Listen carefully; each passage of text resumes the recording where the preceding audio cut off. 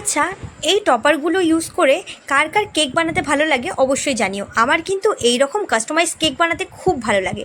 তো আজকের আমার অর্ডার ছিল 2 টিয়ারের একটি কেকের ওপর। তো আমি তোমাদের ভিডিওতে দেখিয়েই দিলাম যে আমি কিভাবে একটি বেসের থেকে আরেকটি কেকের ওপরে ট্রান্সফার করি। তো আজকে পুরো কেকটাই আমি রেখেছিলাম স্কাই কালারের ওপর, কারণ কেকটি তোমরা দেখেইছো ভিডিওতে, বুঝতেই পেরেছো যে আজকে কার্থিমের ওপরে ছিল।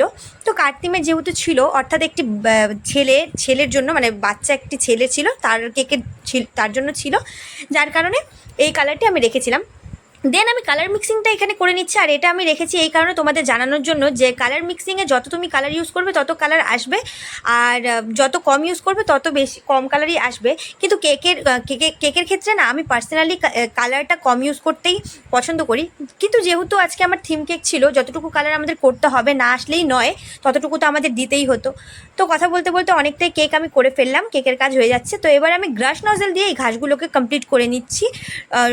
মানে বর্ডার হিসাবে উপর নিচে দুটোতেই আমি কিন্তু এই নজেলটাই ইউজ করেছি। একদম সিম্পল আজকের কেকটি ছিল, এবং আমার না করতে খুব ভালো লাগে। এরকম কাস্টমাইজ 2 টিয়ারের কেক আমি অনেক করেছি। আমি আমার পেজে অনেক এরকম ছবি কিন্তু তোমরা দেখতে পেয়ে যাবে, কিন্তু আগে যেহেতু ভিডিও করতাম না, তাই সেই ভিডিওগুলো নেই। তো কিছুই না, একদম সিম্পল এই কেকটি ছিল, যে শুধু বর্ডারে আমি এসব করে দিয়ে তারপরে উপরে আমি কাগজের টপারগুলো বসিয়ে দিয়েছি।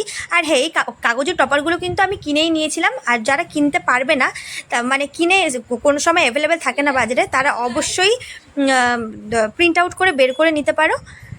তো কাজ আমার প্রায় এখানে শেষ। আমার একটু একটু ফাঁকা মনে হচ্ছিল, তাই আমি পুরো কেকটা পরে সিলভার সুগার বল দিয়ে কমপ্লিট করে নিয়েছিলাম। তো আমার আজকের কাজটি তোমাদের কেমন লাগলো অবশ্যই জানাতে ভুলো না। আর একটা কমেন্ট কিন্তু অবশ্যই করে যেও। আসলে কমেন্টগুলো পড়তে না আমার খুব ভালো লাগে, আর কাজের আগ্রহ অনেক বেড়ে যায়।